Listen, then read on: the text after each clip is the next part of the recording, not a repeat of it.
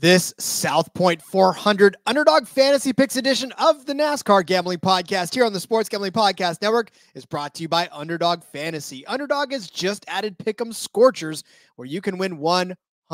That's right. Turn $5 into $500 in one game. Plus, every Sunday, they're giving away $100,000. Use promo code SGPN at Underdog Fantasy for a 100% deposit bonus up to $500.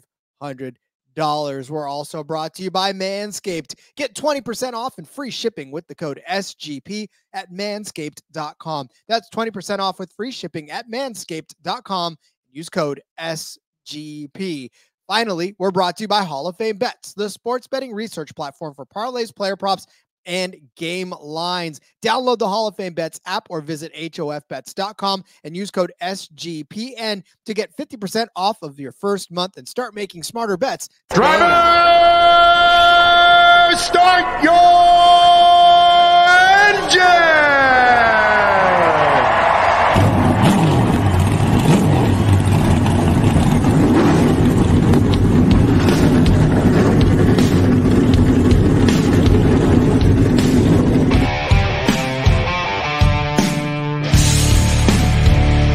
Strap in and pull those belts up tight as the Sports Gambling Podcast Network presents the NASCAR Gambling Podcast.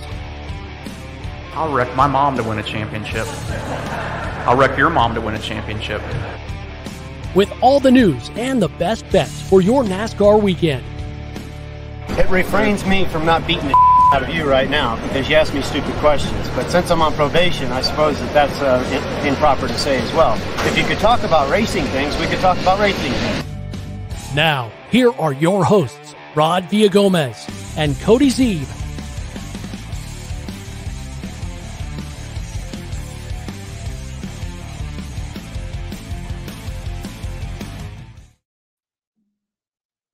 We are back again for the NASCAR Gambling Podcast here on the Sports Gambling Podcast Network. He, as always, is Cody Zeeb. I still am Rod Villagomez, and we still are vivaing Las Vegas, if that's the proper phrase. I don't know. I just checked. Definitely in the dictionary. Vivaing Las Vegas. I will say, and I don't know if we talked about this on the Cup or the recap or if it was just offline. Days blur together, but I do love Las Vegas. I mean, I used to go there pretty much twice a year, every year from 8 to 18. My grandparents lived in that region, in that vicinity. And so we would spend summers, we would spend Christmases out in Las Vegas. I watched that city go from like just, I don't know, the strip with a few casinos to now what it is the mecca of all gambling, sports betting and everything. I have not been out there though in several years, and I think the last time I went out there was my brother's wedding. I missed that place, man. I need to get back out there. It's been far too long. I know I love Vegas, and I know you've spent some time out there as well. I hate to admit it, Rod. Actually, I've never been to Las Vegas. What? I know, big gambling guy. Yeah, just I don't know. It's not ever. Just not had the chance, I guess you could say. Life gets in the way sometimes, and but now we got the show. We got to meet out there. If it's not far from you, I can definitely hop on a plane and get out there. So yeah, we're definitely meeting out there for a race. You could show me the ropes. You started at 8. Geez, get that DJing in you early with going to Las Vegas at 8. So my uncle worked at the MGM. Like he started working in low stakes and then ended up working Baccarat, and then he became a pit boss. And I mean, he was a pretty big deal in MGM for what it was worth. And yeah, I mean, I grew up with my uncle. He would, continuously go and play slots. And I mean, yeah, I had the bug early, man. I had my own like toy slot machine that they bought me from the gift station. That's a toy slot machine. That's awesome. Yeah. And honestly, I still lost at that point. So that's how it works. I kept feeding quarters in it, and it was supposed to be a piggy bank, they told me, but I don't know where the money kept going. So I was like, wait, if I'm not getting paid back, then where's this going? And they're like, exactly. Welcome to adulthood. Yeah. This is why you don't gamble, child. And then some old lady came and took it, and she won. I don't know. She was waiting for me to put it old down. lady. They know how to hit the machines just right. She felt the heat and she was like, I know it's there, but anyways, we digress. Yes, it is, of course, the South Point 400. Back to Vegas for the second time. We are, of course, breaking down our favorite underdog plays for this slate. We're going to give you 3 each, as we have done for the last few weeks and will for the considerable future. Not just because they're our sponsor, but because this is an avenue that no one else is really delving into. So this is another edge that you guys can get and another way for you to enjoy the race and win money. Because, again, I don't know any other show that's giving you Underdog Fantasy Picks because it's such a simple platform. If you haven't done it before, if this is your first time tuning into this episode, Underdog Fantasy has Pick'em, where you get a finishing position for a driver. You pick whether or not they're going to finish better than or worse than, higher than or lower than that finishing position. You can stack up to 5 picks to multiply your winnings. And then they got Scorchers, right? Which we just talked about, which is another way for you to get up there and turn. We need some NASCAR Scorchers. I haven't seen any Scorchers in the NASCAR department yet, but we'll work on that. Yeah, no. And again, but then this is the great part about it too, is that if you've heard this before, sorry, I know we just got to get the housekeeping out of the way, but if you want, you can even mix with Pick'em football and NASCAR and hockey now and whatever else. I think we should toss in an NFL one with our picks, just for the house. Like, why not? We can, right? I don't see why we couldn't. Show. Exactly. Tell us no. Yeah, we could. Well, let's toss in one, and then maybe even a NASCAR, or not NASCAR, but NHL if we're feeling froggy. I'll leave that to you. Okay. Sidney Crosby, I know when an NHL player, so that's fun. You know one.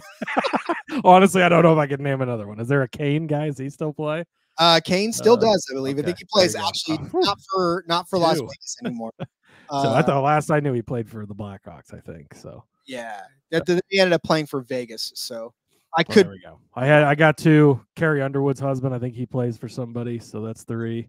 So does Candace Cameron's husband. Geez, look, we're almost up to a whole team. I don't even know how many play on a team. I don't know anything about hockey, so there is that.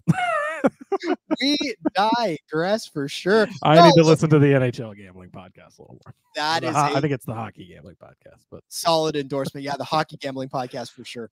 But yeah, so we'll give you 3. You can use, any one of those, pick, choose, whatever.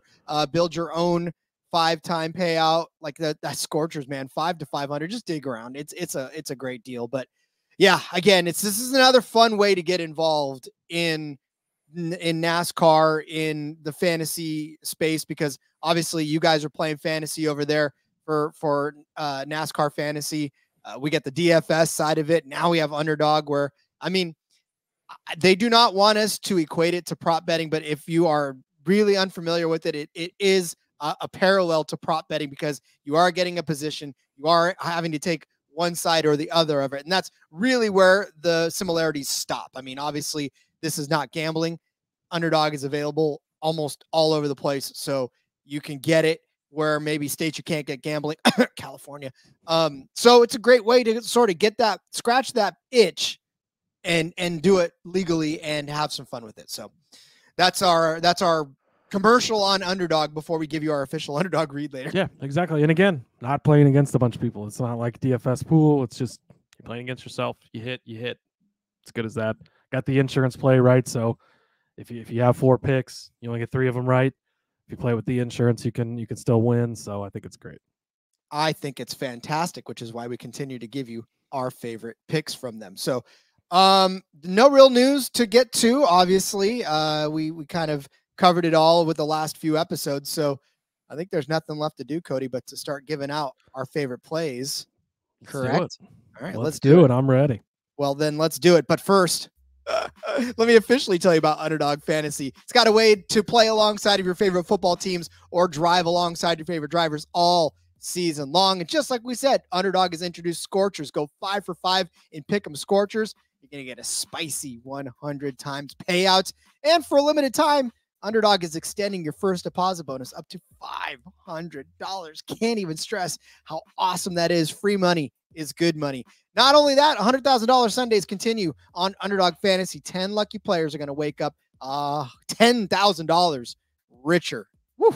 We're going to give you all of our favorite underdog plays in this episode. So hang tight, watch along, make your picks, maybe make a little cash over on Underdog's mobile app or website, underdogfantasy.com. If you sign up with the promo code SGPN, Underdog's going to double your first deposit of up to $500.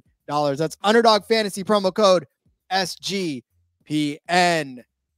We are brought to you by MANSCAPED, who has taken a step up from Halloween to bring your face the cleanest shave it's ever seen. So this season, no need to toil and trouble. MANSCAPED's all-new Handyman is the best way to get rid of all that stubble. Featuring a compact design and next-gen skin-safe technology, the Handyman was designed to give you that smooth finish without the mess of a traditional shave. Get the sweetest treat this Halloween by going to manscaped.com and use code SGP for 20% off and free shipping. Look, I know it's spooky season, guys, but you do not want to scare people off with a scraggly beard. Nope. Give them something to look at with Manscaped Handyman. Are you tired of bad razors making your neck look like a scary movie?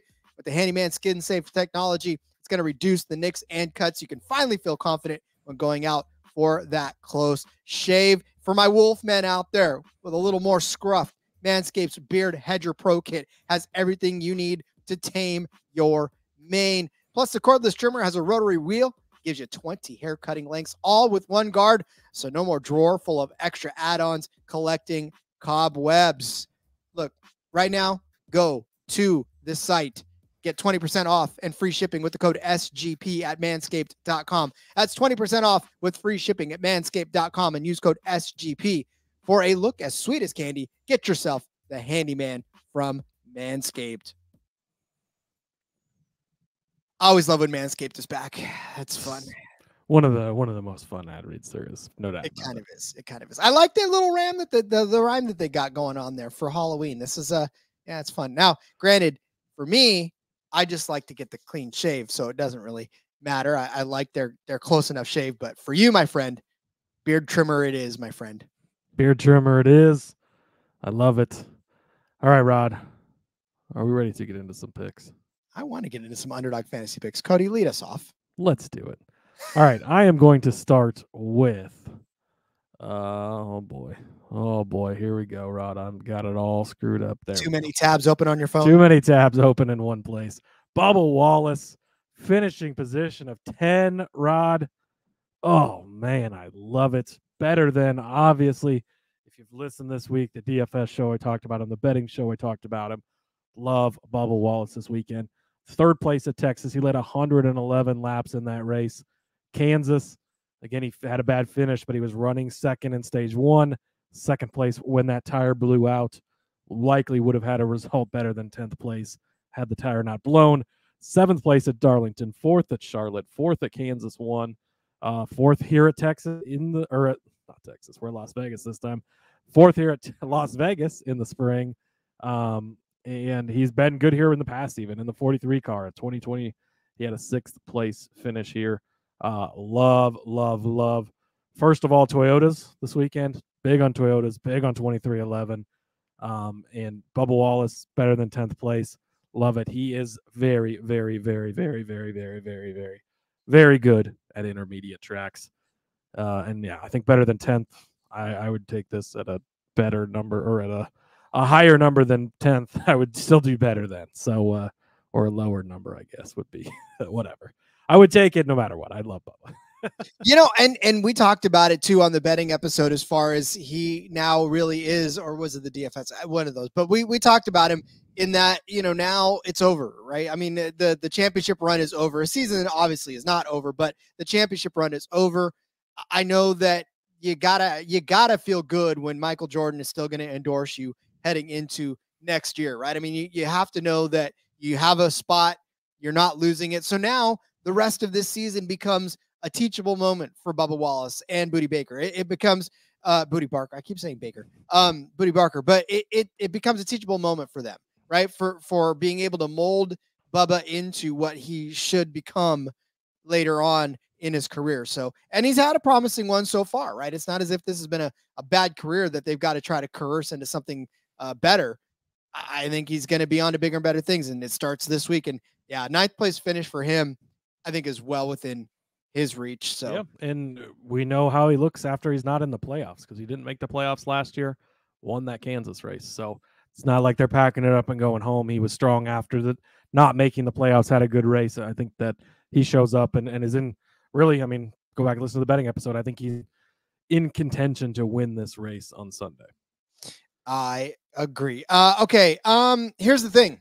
This next one, I'm actually going to give you a couple of drivers from the same team. And obviously when I say the first one, you're going to go to the second one, but I think they're going to go in different directions this race in particular. And I'm going to start with Brad Keselowski. His finishing position is 9th right now. I'm going to go higher than 9th place. I made a little case for him on the betting episode, exactly where I think he may end up finishing.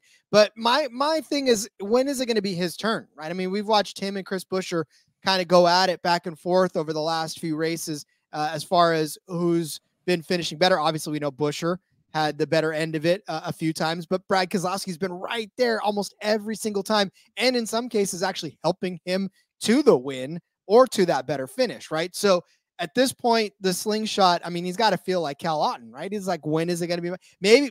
Maybe Chris Buescher, if you could just once let me win, that would be great, right? And I know Chris Buescher's probably like, but then I wouldn't win. And then Brad's like, oh, you're right. I'm sorry. Never mind. That's stupid anyways. But no, I think Brad Keselowski on this track in particular, right? 3 wins in his career in 20 starts. That's already a 15% win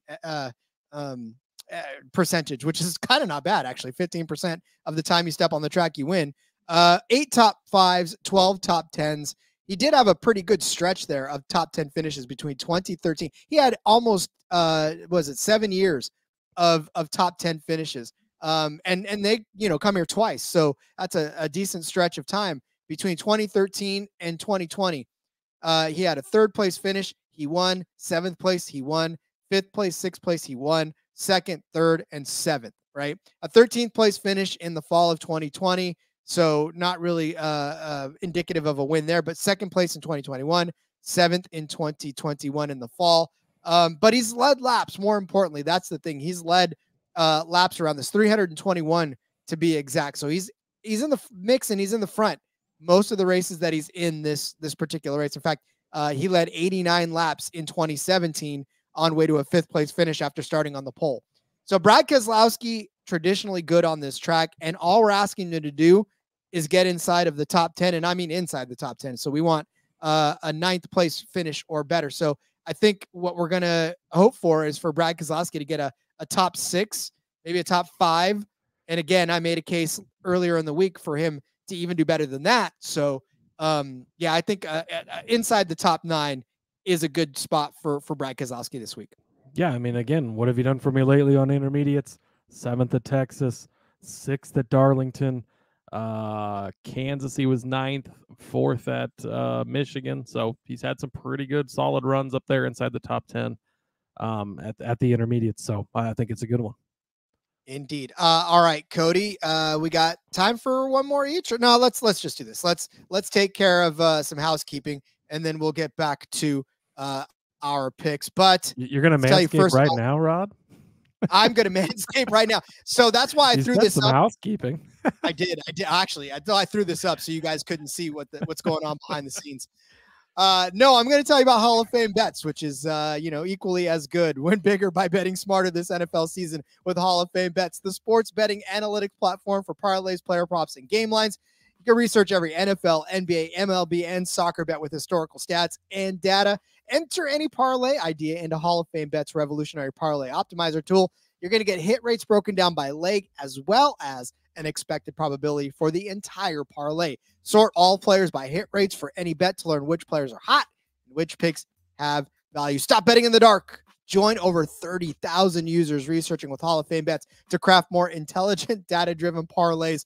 Download the Hall of Fame Bets app or visit hofbets.com and use code SGPN to get 50% off of your first month today. Start researching, start winning with Hall of Fame Bets. That was quick. You're fast, Rod. Can you tell? A little less hair on the face at this point. Oh my God! At least it's just the face this time. That's the good thing about this Manscaped read. My favorite part of the whole thing is that when Justin says, "Oh, I'm so glad this time Miranda won't have to blush because she won't have to read the Halloween read." Yeah. Well, I think she's been looking forward to a Manscaped read, I think is what he was saying. And then, yeah, it's just for the face. So I don't know if she was disappointed in that or. That's so funny. I love it. Then, of course, speaking of Justin and Miranda, our favorite podcast hosts of the Old Fashioned Fantasy Football Podcast. So that is right. Stuff. All right, Cody, where are we going next? All right, next up for me, I'm going to go to Chase Elliott. Again, a guy we've been talking about a lot lately just because not being priced where he should be, I don't think. They've got him at better than 8th, which is probably just about appropriate for Chase Elliott. But you go back and you look, 7 races in a row, he's finished 11th place or better. He was 11th at Texas, but 6th at Kansas, 4th at Nashville, 7th at Kansas in the spring. Didn't come to this race in the spring, like we talked about, got hurt that weekend. But from Ryan over at iFantasy Racing, over the last 17 races since Sonoma, Chase Elliott has the most top 10 finishes, 11 out of 17, and the most top 15 finishes, 15 of 17 races he's finished in the top 15. Nobody's been more consistent than Chase Elliott since that Sonoma race. It's not been the flashiest. He's not leading the most laps. He's not winning the races, but they are consistently running well. That's all we need him to do. I mean, this is kind of the perfect scenario of he's kind of in limbo right there where I'm sure they're still taking plenty of action on him to win because he's popular, but they're not having to pay it out. But we can just keep digging in on these top 10 finishes. Again, that was one of them we talked about on the betting episode because it's just not priced where it should be for as good as he has been doing. This one is better than 8th place. I think that as part of that top 10, he can work his way into the top 8. So give me Chase Elliott better than 8.0 finishing position. And so we talked about it too, as far as Hendrick is concerned on this track in general, where Bowman is, I guess, in the conversation, but Byron and Larson both are expected to be fast. I think all 4 of these cars are going to be fast. Hendrick 1, 2, 3 in the spring race here. They were the top 3 finishers, and then Barry struggled in the 9. Again, we talked about that earlier in the week. He was tossed in that ride last second. I think it was Friday that Elliott had that accident. And, Sunday, Barry was racing just, not enough time to even put his own seat or anything in there. So a little hard to expect much from them then. And he improved after that. But Hendrick was very, very good here in the spring. Yeah, I don't know that you can win a NASCAR race with a booster seat in the. I don't think you can do that. But, actually, to be honest with you, I know I've been up close and personal with both of them. I honestly couldn't tell you which one's taller. I mean, I feel like I feel like they're similar size. I mean, Barry's kind of a little beefier of a dude, but I think they're fairly well the same size. They're just kind of average size dudes. They're not Ty Majeski or Tyler Reddick short guys or anything. I swear Ty to God. Majeski. Oh my goodness, man. Oh yeah. That's the littlest man I've ever seen in my life. He's a tiny little dude. He's a great race car driver, but I was like, whoa, you're small, buddy. That's what I felt like when I was up against Reddick and Gibbs for that matter. Like, Gibbs is not very big either. Yeah. And Reddick is extremely short as well, it's just kind of funny. It gave me hope that I can be a good racer at Boomers one day, right? Those little go-karts at Boomers. That's what I want to dominate that circuit. Hey, it's great. You can have tall guys like Carson Hocevar, Austin Cindric. Those guys are super tall, and little short guys can do just as well. I mean, you go watch. I went and watched the high limits, and they just decided their points championship this weekend. Kyle Larson beat out Rico Abreu, and Rico is a little person, and he gets in that car, and he's just as big as everybody else is. You can't tell the difference. Like, that dude is a hell of a racer, and it's great to see. Like, it's one of those sports. This is one of those sports where it doesn't matter if you're a bigger guy like a Ryan Newman or a Jimmy Spencer back in the day, or you're a little tiny guy like Ty Majeski and Tyler Reddick. But I don't know how we got off on this tangent, but whatever. Anytime I get to flaunt my non-height, I always take advantage of it. So, in fact, Kyle Larson and I are the same size anyway, so that's kind of up to the book. There it was. All right, let's go back to the Underdog picks. This is a Friday episode, right? These guys should know by now what to expect on a Friday episode. That's how it gets at the end of the week. It sure does.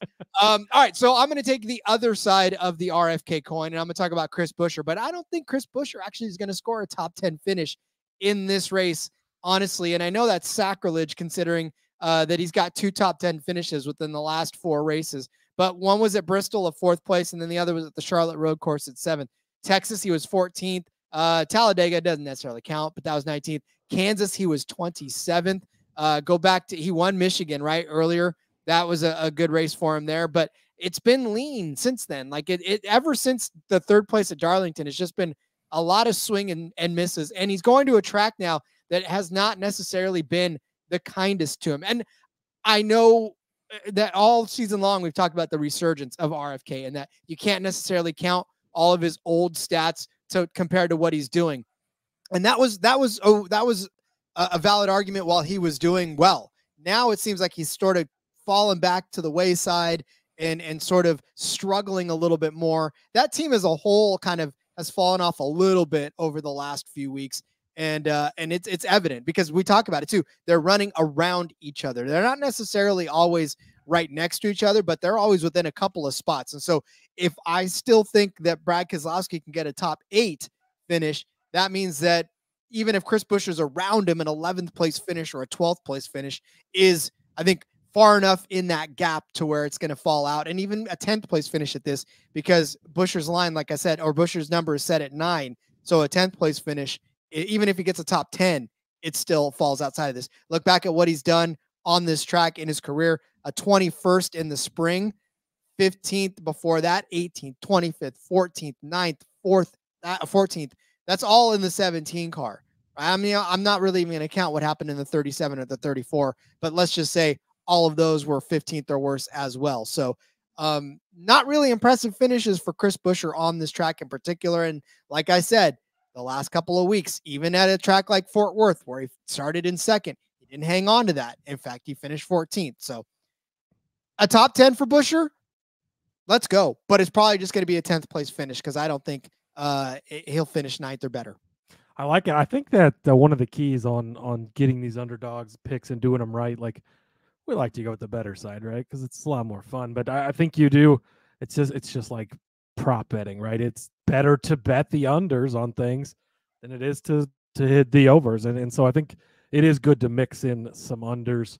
And so I do like that. I highly considered going with an under here. Martin Truex Jr. is at 5.5.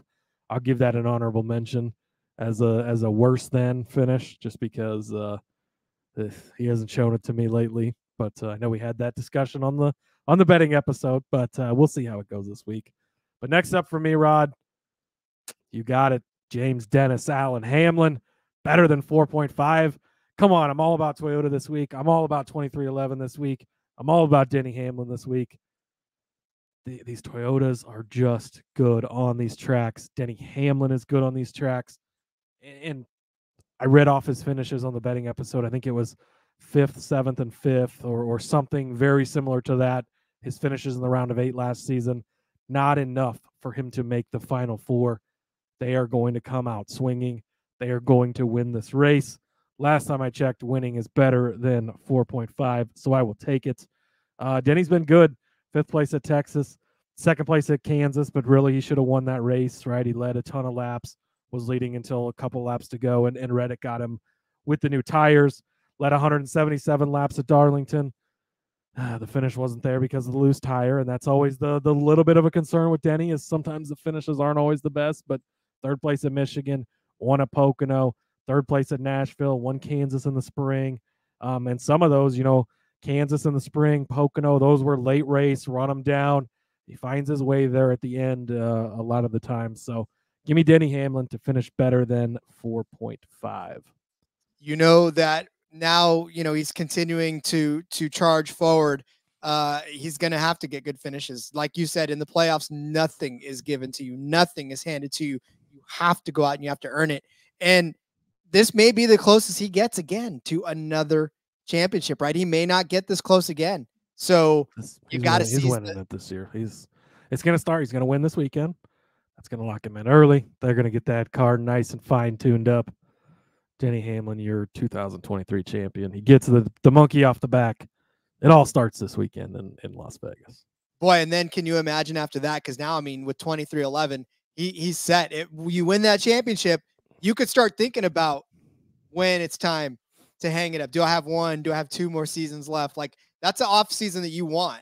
Oh, yeah. I don't think he's going anywhere. But that's again, we'll get into the championship thing when we get to Phoenix, but that's the one thing. Like, he's got everything. He's won the Crown Jewels, 3 Daytona 500s. I mean, he's got everything but the championship. Now he's starting to build the legacy as an owner and with the greatest athlete of all time. I mean, oh yeah, it's all good for Denny, and getting that championship finally will be the crowning achievement for sure. But starts this weekend. He's going to finish better than 4.5. I love it. You know who is not necessarily loving life right now? That's Pitbull. And you know why? Because Trackhouse has sort of fallen by the wayside. They have been so good at times, and then they've just been so bad at times. But listen, here's the thing. I started out wanting to fade Chastain and take his lower than number, which is set at 9. Right. So his finishing position is set at 9. I was like, okay, definitely want lower on this one because it's Ross Chastain. But then I looked at it and I said, well, you know what? I'm being too hard on him because I've taken a look at his last few finishes on intermediate tracks. A second place at Texas not too long ago, actually. And then 13th place at Kansas, not that far away from a 9th place finish. 5th at Darlington. He won at Nashville, right? A couple of bad weeks at Charlotte and Darlington. Charlington. Can you tell Rod's building a new track when he hits the Powerball on Thursday, or when he hit the Powerball last night, I should say. I'm gonna build that Charlington track. Charlington is the track he's building.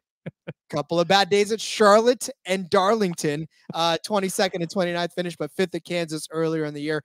12th at Vegas earlier in the spring, just outside of the top 10. 2nd at Homestead, 2nd at Vegas last year, 7th at Kansas last year, 5th at Nashville, 7th at Kansas, like 3rd at Vegas again.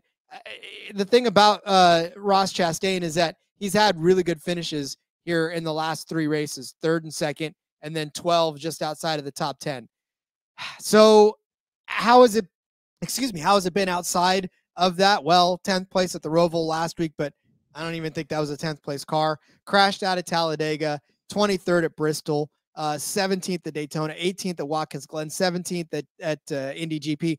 All of these non-oval tracks have been very, very tough for him, and short tracks for that matter. I shouldn't say all oval tracks, but all road courses. But yes, short tracks and road courses have not been kind to Ross Chastain over the last couple of months, but he's done solidly on some intermediate tracks this season. It's over for him too. I mean, Daniel Suarez is kind of a footnote at this point too. So Trackhouse needs some traction. And I think they're going to pour all their efforts into finishing well on this 1.5 miles in Vegas. Yeah. So you're taking better then, right? I'm taking better Chastain. than, yeah. I initially wanted to take lower or lower than, but I was kind of, when he said Chastain, I assumed it would be the other way, but I mean, looking at Ryan again over at iFantasy Racing, he talked about Chastain this week. It says he shows up at high speed intermediates, 8.0 average finish on the high speeds, 1.5s this year, except for Charlotte. In the next gen at Las Vegas, he has the second best average finish at 5.7, the best driver rating, and the best average running position at 5.0. He was 12th in the spring, but 7th with 4 laps to go before that late caution. So, yeah, I mean, it's as much as it might be kind of a surprise, you might actually see Chastain this weekend. And so I don't at all hate going that direction, even though it's scary with Chastain as of late. It really is. I had to talk myself into taking the higher than, but I did it. And now that Ryan's backing me up, I feel much better about that. So my own research and his research have shown the same thing. Yeah, it's always so reassuring when I look something up or I'm like, okay, I've got this guy, and then I'll go browse through his stuff and I'm like, all right, his statistics back it up. That's a good thing. I'm not crazy. Okay, well, so listen, we said that we were going to, so let's go over one more time just what we got as far as our underdog picks for this. Let's see, you picked the first one. I didn't write it down again. This is me being this is Rod's test. We'll see how good he was listening. All right, so Cody started you out with Chase Elliott as his better than fifth place, right? 5.5. 8.0. 8.0. It's okay. But yeah. And then I gave you Brad Keselowski as better than a 9th place finish. And then Cody gave you Bubba Wallace as higher than an 8th place finish as well. 10th place. 10th place. God, That's it. You got the drivers right. Wrong order. Got them right. And then I gave you Chris Buescher as lower than a 9th place position. And then Cody gave you Hamlin as better than a 5th place finish. 4.5. So basically, yeah. Damn it. Well, yeah. So it's better than a 4. Yeah, that's right. Better than a 5th, 4.5. And then I gave you Ross Chastain lower than, actually it's 9.5. So a 9th place finish will get this done for Ross Chastain. Nice. I love that. All right. And then we're going to throw in a football one in there? Throw in a football one. I am going to go over to Minnesota at Chicago, one of the noon games Central Time. Jordan Addison, the rookie wide receiver. I'm going to take him higher than 54.5 receiving yards. Jefferson, done. He's out. He's on the IR, not going to be playing. I know they got KJ Osborne, and for whatever reason he's being featured over Addison. That's fine. Give him the attention. This Bears defense is horrible. Addison has gotten his plays really big and really good at getting the big plays, but he's racking up the yards. Through 6 games, he's gone over this number 4 times.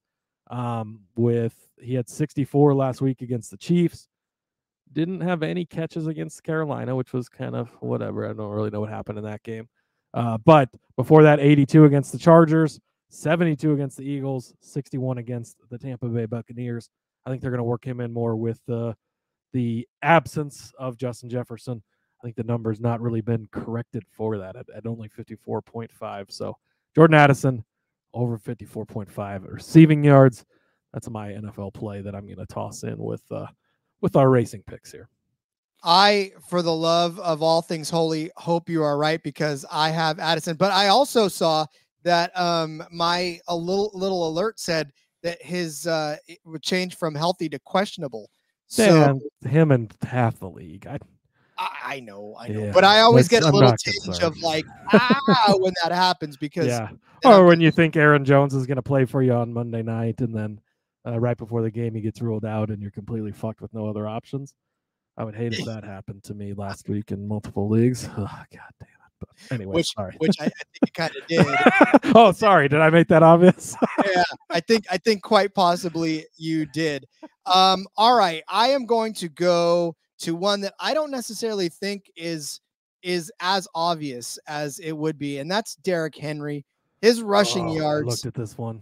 65.5. If I were to tell you to take lower than 65.5, you would probably go, Rod, you're nuts. Yep. But listen to me. He had 43 yards last week against the Colts. Yeah, he blew up for 122 against Cincinnati, but that's Cincinnati, right? But he had 20 against the Browns. Okay, he had 80 against the Chargers. That's great. But 63 against the Saints. Dare I say, Derrick Henry has been inconsistent as anything over the last few weeks. You look at what the Ravens have done against running backs. Dameon Pierce, 38 yards. Joe Mixon, 59 yards. Zach Moss had just a bonkers game. I don't know where that came from, but whatever. Tips to you, Zach Moss. But Pierre Strong, 49 yards against them. And then Jaylen Warren and Najee Harris both only combined for 77 yards against this Ravens defense. They're tough against the run, my friend. And an inconsistent Derrick Henry is not somebody I'm trusting. I got burnt by him in fantasy more than I haven't this season, and I'm very low on his ability to get over 66 or get higher than 65 yards this week. Oh, I looked at it, but I was looking at it the other way. I hope you're wrong on this one. I have my fair share of Derrick Henry things, but hey, it's the London game, right? The old guy maybe got a little jet lag. Maybe he's not running great. Again, hope you're wrong, but can't argue too much against it because as a Derrick Henry manager, it's not been a lot of fun this season. No, and I thought I got him as a steal too. I was like, I am so. I loved how much he was dropping. It's great, and it's got to give those joints a little time to warm up later on this season. If you make it to the fantasy playoffs, he's got the Texans twice. Notoriously eats the Texans alive. So hopefully that's the case, but we'll see. Yeah. Again, like I said, at face value, that Derrick Henry one, everybody's going to smash the higher then, but not so fast, my friends. Hey, just mentioned a few minutes ago, sometimes it's better to take the underside. So there you go. Hey, and here's the thing. This is what I live by too. And now I'm such an optimist that I love to take the higher side of things. But somebody that continually gives lowers out, they say you're always winning the lower end of it until you're not. So yeah, well, you start winning that thing, right? You're hitting it right from the get-go, and you're hitting it unless they get to that certain thing. So and again, it's not the sexy option, which is probably what makes it the better option. So it makes it fun. Indeed. All right. That'll do it for our underdog episode. Again, always fun for these ones. And again, like I said, I know it's not conducive. We're not supposed to talk, but I love this style of play. I love being able to analyze the players' performances and come up with the storylines as to how they're going to get more or less than the number that they're given. It's just so much fun to craft these stories. Yeah. And again, a lot of these plays go hand in hand with the picks we give out on the gambling episode earlier in the week. A lot of listeners aren't in legal states. Underdog's legal a lot more places because it's not gambling. It's a fantasy skill game, right? And this gives you the opportunity to get in on some type of action. Same thing with the DraftKings and the DFS lineups. It gives you that opportunity to have some skin in the game if you're not able to bet. So it's a lot of fun. And again, even if it is legal to bet, you should do it anyways because it's still a lot of fun. But it's that extra opportunity for those that can't. So it's a good time. Love it. Love Underdog. And I've been having a hell of a fun time doing these across all sports, not hockey, but the other sports. Yeah. And again, if this is the only episode that you're listening to, the other drivers that are on this, we've talked about a lot of them already on the betting episode. And so you can glean, especially if we give you like this driver should be a top 5 driver. Well, then you see their number set at 9. You're like, well, then shoot, I need to take this. Yeah. And it's just like DFS too, right? If we talk about, Brandon Jones has the upside of finishing in the top 5. Well, you go play him on DFS because he's got that upside or whatever. It all correlates somewhere. As the time of we're recording this, there's no Xfinity on here, but Xfinity is usually added on later in the week. So that's always a lot of fun to play those as well. You can cross Xfinity and Cup. Trucks are on there when the trucks are racing. F1 gets thrown in there if you're an F1 gambling podcast fan. And sometimes they have F1 qualifying and everything in there as well. So, and then again, your NHLs, your NBAs, that's all starting back up. MLB playoffs are in there, NFL. You got fighting, you got whatever it is, they got it on there. So it's wonderful. Esports, it's all in there for you. So, right. All right. Let us close the chapter on this one and send everybody on their way for the weekend. Of course, we'll be back for you on Monday to wrap everything on up and give you a rundown of how the weekend went. But yeah, until then, enjoy your weekend. Cody, why don't you let everybody know where they can find you in the meantime on social media? Yep. Follow me on X at @Husker_Zeeb. You can find all my work over there. Follow the show as well. Make sure you subscribe to YouTube over there. Click that bell so you can get those alerts when we go live. Check out the episodes over there as well. Sometimes we got our fun little props at least I like to play with stuff sometimes. So I love it. Yes. And then, of course, rate, review, do all those fun things that podcasters always tell you to do because it really does make a difference to our bosses and to our egos because we're driven by ego. That's how we roll. But yeah, I'm on X at RJ Villagomez. Link in the bio, everything I got going on, whether it's here, whether it's sportsbook reviews, props as well. Check out In Between Media. Our episode about Las Vegas is up right now with Seth and Elliot. And then, of course, Fast Money. That episode is out for frequency's sake on their YouTube channel as well. Lots going on. Lots of fun in Vegas. But we'll see you next week to wrap it all up. Until then, let's go racing and let it ride.